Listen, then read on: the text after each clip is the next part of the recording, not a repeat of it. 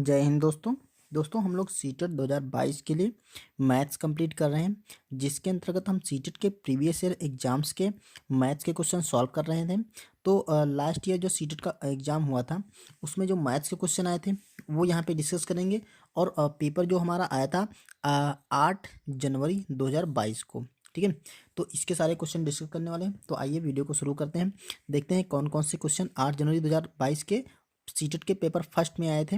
तो पहला जो क्वेश्चन है, यदि गीता 1 घंटे में 16 किमी दूरी चलती है तो वह 210 मिनट में कितनी दूरी तय करेगी। अब दोस्तों 1 घंटे में बोल रहा है 16 किमी जाती है, तो 210 मिनट में निकालना है। तो हम देखिए यहाँ पर अगर मिनट दे रखा उसने है तो हमें पहले ये घंटा है इसको मिनट में बना लेंगे। 1 घंटा मतलब जो 1 घंटा है उसका मतलब 60 मिनट, ठीक है।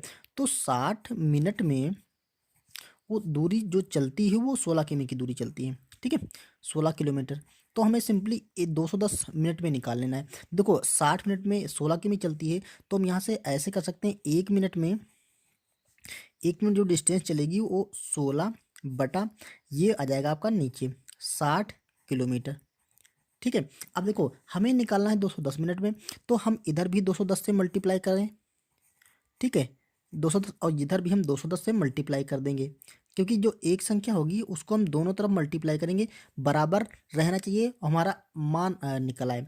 देखो यहाँ से 210 को 1 मिनट से मल्टीप्लाई करेंगे तो ये हो जाएगा आपका 210 को 1 से मल्टीप्लाई 210 ही रहेगा। तो 210 मिनट में जो डिस्टेंस चलने वाली है वो 16/60 और गुणा 210। अब इसे कैलकुलेट कर लेंगे, हमारा आंसर आ जाएगा। तो देखिए ये वाला जीरो यहाँ से कट गया, क्लियर। अब देखो 3 से काटेंगे 3 दूना 6, और 3 से काटेंगे 3 7 21, और 2 से काटेंगे 2 8 16। तो ये जो आंसर आपका आने वाला है 8 गुणा 7 मतलब 8 सती 56 किलोमीटर, ठीक है। तो हमने यहाँ से क्या किया, पहले 1 मिनट में जो दूरी चलने वाला था वो से निकाल लिया, फिर हमने 210 से दोनों तरफ मल्टीप्लाई कर दिया, ठीक है, और हमारा आंसर आ गया 56 किमी। 210 मिनट में वो 56 किमी की दूरी तय करेगी। तो ऑप्शन देखिए हमारा बी सही रहा। 210 मिनट में तय करेगी वो 56 किलोमीटर जाएगी। ओके, तो चलिए नेक्स्ट क्वेश्चन देखते हैं। दोस्तों जो अगला क्वेश्चन है वो दे रखा है, राधा के पास एक आयताकार कार्ड है जिसकी लंबाई 20 सेंटीमीटर और चौड़ाई 10 सेंटीमीटर है। रेणु के पास एक वर्गाकार कार्ड है जिसकी भुजा 15 सेंटीमीटर है। दोनों कार्डों के परिमापों का अंतर है, मतलब दोनों कार्डों के परिमापों का अंतर निकालना है। तो देखिए जो पहले राधा के पास था, तो ये राधा के पास जो कार्ड है वो आयताकार है। देखिए कुछ इस टाइप से होगा, ठीक है।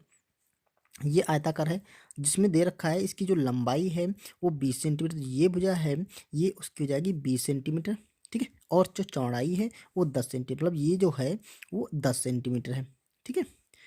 और देखिए उसके बाद कहता है जो रेणु के पास कार्ड है, तो यहाँ पर आर एन से लिखते हैं रेणु वर्गाकार है। तो वर्गाकार दोस्तों जिसकी सारी भुजाएं बराबर होती हैं, को इस टाइप से होगा, ठीक है। और तो ये देखिए इसकी जो भुजा है वो 15 सेंटीमीटर है, ये है आपकी 15, मतलब ये 15, तो ये चारों भुजाएं क्या होंगी 15 सेंटीमीटर की होंगी। अब अगर दोनों कार्डों के परिमापों का अंतर क्या होगा, तो देखिए जो आयत का परिमाप होता है वो होता है 2 ब्रैकेट में लंबाई प्लस चौड़ाई, ठीक है, ये परिमाप होता है। देखिए आप इसको ऐसे देख लीजिए, जितनी सारी भुजाएं हैं ये बोली ये और ये हम इसको ऐड कर देंगे तो हमारा परिमाप निकल आएगा, या डायरेक्ट फार्मूले से निकाल सकते हैं आप, 2 गुणे लंबाई प्लस चौड़ाई। देखिए जो वर्ग का परिमाप होता है वो होता है भुजा, ठीक है, ये एक भुजा है, इसकी तो कुछ 4 भुजाएं होती है तो इसको गुणा कर देंगे 4 से, या इसको लिख सकते हैं 4 गुणे भुजा। अब यहाँ पे मान रख के निकाल लेते हैं। देखो यहाँ मान रखेंगे तो 2 गुणे लंबाई की जगह हम रखेंगे 20 प्लस चौड़ाई की जगह रखेंगे 10, तो ये जो वैल्यू निकल के आएगी, देखिए 20 10 30 और 30 दूना 60, ये आएगा आपका 60 सेंटीमीटर, ठीक है। अब यहाँ पर देखिए क्या निकलने वाला है, भुजा रखेंगे इसकी 15 गुणे 4, तो ये भी क्या आ जाएगा 60 सेंटीमीटर आएगा। अब उसने क्या कहा था, उसने कहा था दोनों कार्डों के परिमापों का अंतर है। तो अंतर दोस्तों आपको अच्छे से नजर आ रहा है कि अगर ये इसका भी 60 सेंटीमीटर परिमाप है और इसका भी 60 सेंटीमीटर परिमाप है, तो अंतर आप निकालेंगे तो क्या आएगा आपका 0 आने वाला है। अंतर दोनों के परिमापों में अंतर क्या आएगा 0। तो ऑप्शन देखिए हमारा 0 सेंटीमीटर, ऑप्शन नंबर हमारा ए सही हो जाएगा। ओके। तो दोस्तों इस सवाल में बस ये था कि आपको इनके परिमापों का फार्मूला अगर आता था तो आप बहुत ही आसानी से इसका आंसर निकाल सकते थे। ओके, तो चलिए नेक्स्ट क्वेश्चन देखते हैं। अगला जो दोस्तों क्वेश्चन है वो दे रखा था 10 - 10 +10 -10 +10 -10, ये ऐसे करके डाट डाट ये संख्याएं चली जाएंगी का मान होगा यदि पदों की संख्या सम है। ठीक है, पदों की जो संख्या है सम, मतलब ये सीरीज चल रही है। ठीक है, ये कितनी 1 2 3 4 5 6 बार देखी, लेकिन ये आगे जा करके किसी ऐसी संख्या बार होगी जो इसकी सम होगी। अब आपको सम संख्या पता है, सम संख्या क्या होती है 2, 4, 6, 8, 10, 12, ऐसे करके आप मतलब दो दो के अंतर से कितनी भी संख्याएं सारी संख्याएं सम होती हैं।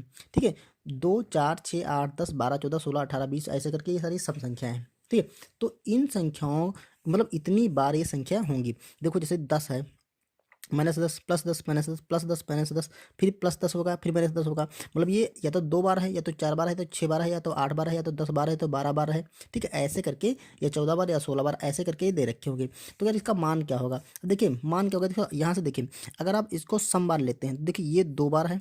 ठीक है, तो इसका मान क्या आएगा? इसका मान आपका 0 आएगा। अब देखिए यहाँ से हम लेते हैं, यहाँ से देखिए ये 4 बार हो गया। ठीक है, तो देखिए ये 0 आ जाएगा, और यहाँ पर भी घटाएंगे तो आपका 0 बचेगा, यहाँ भी घटाएंगे तो आपका 0 बचेगा। ऐसे जो आगे भी आएंगे उनका मान 0 आएगा। देखिए ये 4 बार हो गया। अब 6 बार देखो, 1 2 3 4 5 6 बार अगर आएगा तो फिर 6 बार अगर आप जोड़ेंगे तब भी इसका मान क्या आएगा? 0। अगर 8 बार लेंगे तब भी इसका मान क्या आने वाला है? 8 बार लेंगे तब भी ये मान क्या आएगा? 0। तो जितनी भी आप सम बार लेंगे, 8 बार 10 बार लेंगे तब भी 0, क्योंकि ये प्लस वाला दूसरे माइनस से कट जाएगा। ठीक है, जैसे पहला वाला प्लस दूसरे माइनस से कटा, ये वाला 10 इस माइनस से कट जाएगा, ये वाला 10 इस माइनस कट जाएगा। ऐसे भी जितने भी बार आएंगे तो सारे माइनस प्लस आपस में कट जाएंगे, तो जो आपका बचने वाला है वो 0 बचने वाला है। ये तब जबकि ये संख्याओं की संख्या सम बार होगी। ठीक है, सम बार होगी। तो इस क्वेश्चन का जो आंसर होगा वो आपका सी आएगा, 0। अब दोस्तों यहीं पर आप एक और समझ लीजिए, अगर संख्याओं की संख्या होती विषम, ठीक है, विषम मतलब 1 3 5 7 9 11 ऐसे करके आप कितनी भी संख्या होती, तो अगर विषम संख्या बार होती तो देखिए, अगर यहाँ पर मान लीजिए ये था तो यहाँ पर 1 आता 10 उस पर छूट जाता, तो यहाँ पे आंसर हमारा क्या आता? 10 आता, फिर माइनस आता और फिर 1 आता। तो मतलब जैसे 6 बार है, 7 बार आता, फिर 9 बार आता, फिर 11 बार आता, ऐसे करके अगर आता तो संख्या आपका आंसर आता 10। ठीक है, तो इस क्वेश्चन का वैसे आंसर आपका 0 आएगा, ऑप्शन नंबर सी। ओके, चलिए नेक्स्ट क्वेश्चन करते हैं। यहाँ पर दोस्तों क्वेश्चन जो है, बिंसी प्रतिदिन 3 घंटे अखबार पढ़ती है। ठीक है, वो 3 घंटे अखबार पढ़ती है। आज उसने 2 घंटे 55 मिनट में अखबार पढ़ना पूरा किया। ठीक है, उसने कितने सेकंड अखबार पढ़ा? मतलब जो ये टाइम दे रखा है इसको हमें बेसिकली सेकंड में चेंज करना है। वो 3 घंटे प्रतिदिन पढ़ती थी, लेकिन आज उसने 2 घंटे 55 मिनट ही पढ़ा। ठीक है, और इस टाइम को कह रहा है सेकंडों में व्यक्त कीजिए, मतलब अखबार उसने कितने सेकंड पढ़ा।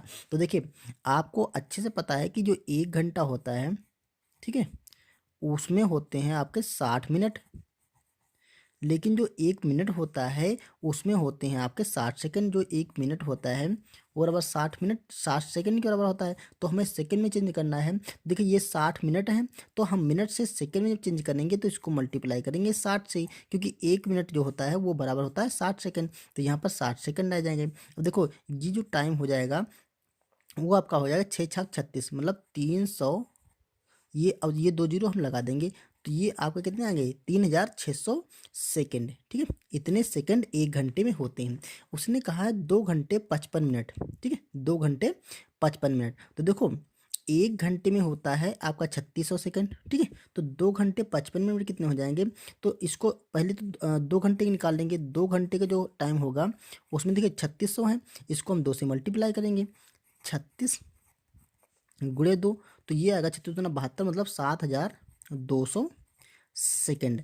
ये 2 घंटे में हो जाएंगे। अब कह रहा है 55 मिनट में और 55 मिनट और हैं, तो 55 मिनट में जो सेकंड बन जाएंगे, देखिए 55 जो मिनट होंगे, तो इसको भी हम 55 को मल्टीप्लाई करेंगे आप 60 से, क्योंकि 1 मिनट में 60 सेकंड होते हैं। तो ये देखिए ये जो बन जाएगा वो आपका 0 बनेगा, और 6 × 5 = 30 का 0, और 6 × 5 = 30, और 3 × 33, ये आपके हो जाएंगे 303030 मिनट। ठीक है, 30 सेकंड। तो ये दोनों सेकंडों को हम जोड़ लेंगे, यही हमारा आंसर हो जाएगा। देखिए जीरो, यहाँ पर जीरो, यहाँ पर 3 2 5 और 7 तो 3 10, मतलब 10,500 सेकंड टोटल बन जाएंगे। क्लियर।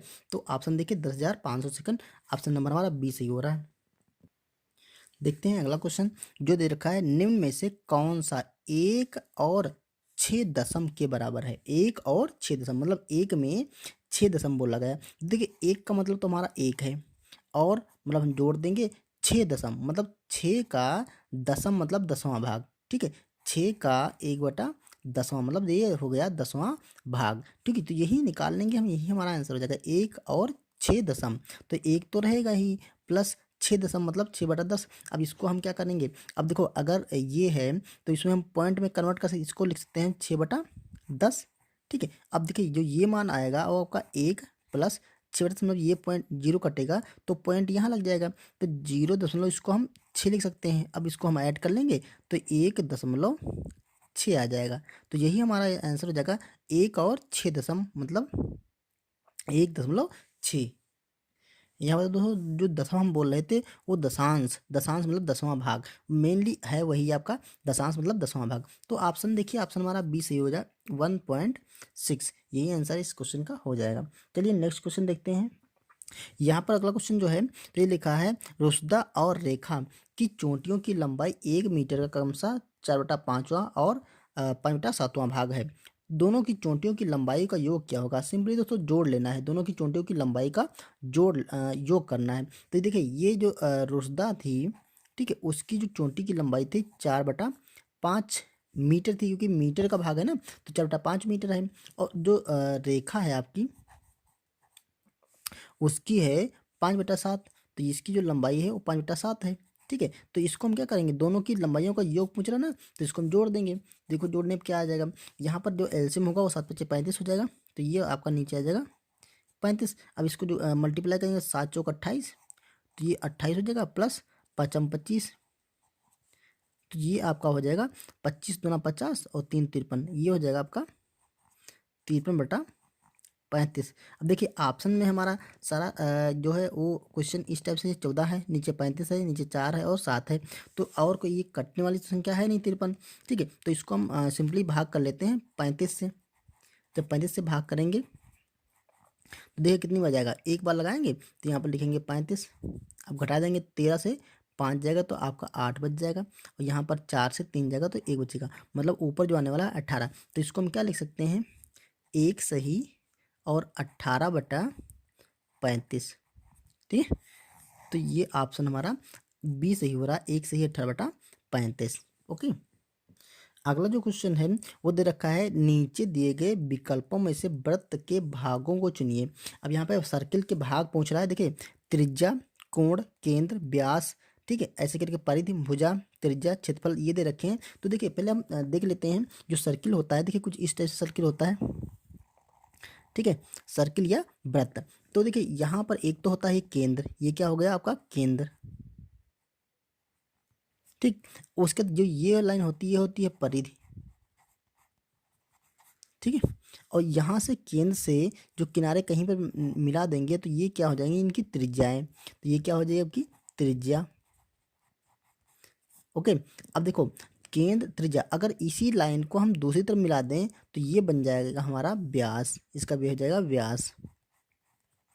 ठीक है, एक अगर किसी लाइन को हम किसी दो परिधि के दो लाइनों को हम दो पॉइंट को टच करें तो ये जो बनेगी ये होती है हमारी जीवा। ठीक है, ये हो गई हमारी जीवा। तो चलिए इन्हीं के आधार पे ऑप्शन देखते हैं। देखिए यहाँ पे लिखा है त्रिज्या, कोण, इसमें कोण नहीं होता है क्योंकि जो एंगल होता है वो आपका त्रिभुज, चतुर्भुज या पंचभुज उसमें एंगल आएगा या कोण आएगा, लेकिन इसमें कोण कहीं नहीं होता, तो ये हमारा ऑप्शन गलत हो गया। यहाँ देखिए परिधि, भुजा, इसमें कोई भुजा भी नहीं होती है, कहीं से भुजा आपको नजर नहीं आएगी। ठीक है, त्रिज्या होती, क्षेत्रफल भी होता है लेकिन भुजा नहीं होती। यहाँ देखिए क्षेत्रफल, त्रिज्या, त्रिज्या होती है जीवा, परिमाप, ठीक है, और भुजा, इसमें भी भुजा नहीं होती। देखिए परिमाप तो इसका हो सकता है, परिमाप को हम परिधि बोल सकते हैं, लेकिन भुजा यहाँ पे नहीं होती, तो ये भी नहीं होगा। यहाँ देखिए परिधि, परिधि होती है, केंद्र होता है, त्रिज्या होती है और व्यास होता है। ठीक है, तो ये चारों चीज़ें पाई जाती हैं, परिधि, केंद्र, त्रिज्या और व्यास। ये दोस्तों हो गई परिधि, ये हो गया इसका केंद्र, ये हो गई इसकी त्रिज्या और ये हो गया इसका व्यास। तो हमारा ऑप्शन डी सही होगा। एक जो वृत्त होता है उसमें यही भाग पाए जाते हैं, परिधि, केंद्र, त्रिज्या और व्यास। ओके, आई थिंक ये समझ में आ गया होगा। चलिए अगला क्वेश्चन करते हैं। यहाँ पर दोस्तों देखिए लिखा है निम्नलिखित में से कौन सा एक पूर्ण घन है। ठीक है, पूर्ण घन एक दोस्तों होता है पूर्ण वर्ग, पूर्ण वर्ग। तो इन दोनों में अगर आपको कन्फ्यूजन है तो यहाँ पे बिल्कुल क्लियर हो जाएगी। देखिए जो पूर्ण घन होता है वो कुछ ऐसी संख्या होती है, उसको जब आप गुणनखंड करेंगे तो उसके गुणनखंड आएंगे तीन तीन के जोड़े में। मतलब जैसे यहाँ पर आया 5 तो गुणा यहाँ पर 5 भी आना चाहिए और यहाँ पर भी 5 आना चाहिए। मतलब 3 का एक जोड़ा जरूर बनना है। अगर अगर 2 आया, गुणा 2 आया, गुणा 2 आया, ठीक है, तो ये एक जोड़ा हो गया। तो ये अगर ऐसी संख्या है तो ये पूर्ण घन है। अगर ऐसे आएगा गुणा 3, गुणा 3, गुणा 3, मतलब 3 3 का जोड़ा भी 3 बनने चाहिए। जितनी भी संख्या हो उसके 3 3 जोड़े बनने चाहिए, तो वो संख्या होती है पूर्ण घन। अब वर्ग क्या होता है, वर्ग में ये जोड़ा जो 3 3 का होता है ये 2 2 का हो जाता है। जैसे 2 गुणा 2 एक जोड़ा ये बन गया, गुणा 3, गुणा 3 एक जोड़ा ये बन गया, गुणा 5, गुणा 5 ये देखिए एक जोड़ा बनेगा। तो मतलब जो अंक हैं वो पूर्ण मतलब पूरे जोड़े में होना चाहिए। ठीक है, तो वो संख्या होती है पूर्ण वर्ग। अब देखो इसमें चेक कर लेते हैं, जैसे 25 है, अगर इसको आप गुणनखंड करेंगे तो ये हो जाएंगे आप किसके 5 गुणा 5। तो इसमें जोड़े कितने बन रहे हैं, 2 ही जोड़े बन रही हैं, मतलब एक ही जोड़ा बन रहा है। ठीक है, तो ये जो है पूर्ण वर्ग संख्या है, पूर्ण वर्ग है, लेकिन पूर्ण घन ये संख्या नहीं है। ठीक है, अब देखो 36 है तो इसको हम लिख सकते हैं 3 गुणा 2, गुणा 2, गुणा 3। देखो 3 का एक जोड़ा बन जाएगा और 2 2 का एक जोड़ा बन गया। ठीक है, तो ये भी संख्या पूर्ण वर्ग तो है लेकिन पूर्ण घन नहीं है, क्योंकि घन में 3 3 के जोड़े बनना अनिवार्य है। ठीक है, और ये देखो 64 को अगर हम करें तो इसको लिख सकते हैं 4 गुणा 4, गुणा 4, 4 चक्कू 16 चक्कू 64। देखिए 4 का एक जोड़ा बन गया। ठीक है, तो ये संख्या पूर्ण घन है, तो ऑप्शन हमारा तो यही आंसर हो जाएगा। दूसरा दोस्तों इसको ऐसे भी लिख सकते हैं 2 गुणा 2, गुणा 2, गुणा 2, यहाँ पर भी 2 और यहाँ पर भी 2। तो देखो 2 दूना 4, दूना 8, दूना 16, दूना 32, दूना 64। अब देखो इसे यहाँ पे भी जोड़ा लगाएंगे तो ये एक जोड़ा ये बन गया और ये एक जोड़ा ये बन गया। 3 3 2 2 के 2 जोड़े बन जाएंगे। ठीक है, तो यहाँ से 2, यहाँ से 2, और ये देखिए कोई भी अंक यहाँ पे छूटा नहीं है, पूरे पूरे जोड़े में है। अतः ये संख्या क्या है, पूर्ण घन है। अब 81 को आप देखेंगे तो इसको लिख सकते हैं हम 3 गुणा 3, गुणा 3, गुणा 3। देखिए यहाँ पर एक जोड़ा तो बन गया 3 3 का, लेकिन एक संख्या हमारी क्या हो गई, बच गई। तो ये संख्या पूर्ण घन नहीं है। क्या, तो इस तरह से हम पहचान सकते हैं कौन सी संख्या पूर्ण घन है और कौन सी संख्या पूर्ण वर्ग। अब देखिए इसको अगर पूर्ण वर्ग देखें तो ये देखो ये एक जोड़ा ये बन गया, ये एक जोड़ा बन गया, तो ये संख्या पूर्ण वर्ग तो है लेकिन पूर्ण घन नहीं है। ओके दोस्तों, ये थे कुछ क्वेश्चन जो हमने सीटेट के 8 जनवरी 2022 वाले एग्जाम से लिए थे। क्वेश्चन आपको अगर समझ में आया है तो वीडियो को लाइक कर दीजिएगा, चैनल पर नए तो सब्सक्राइब कर लीजिएगा। ओके, चलिए मिलते हैं नेक्स्ट वीडियो में, तब तक के लिए थैंक यू।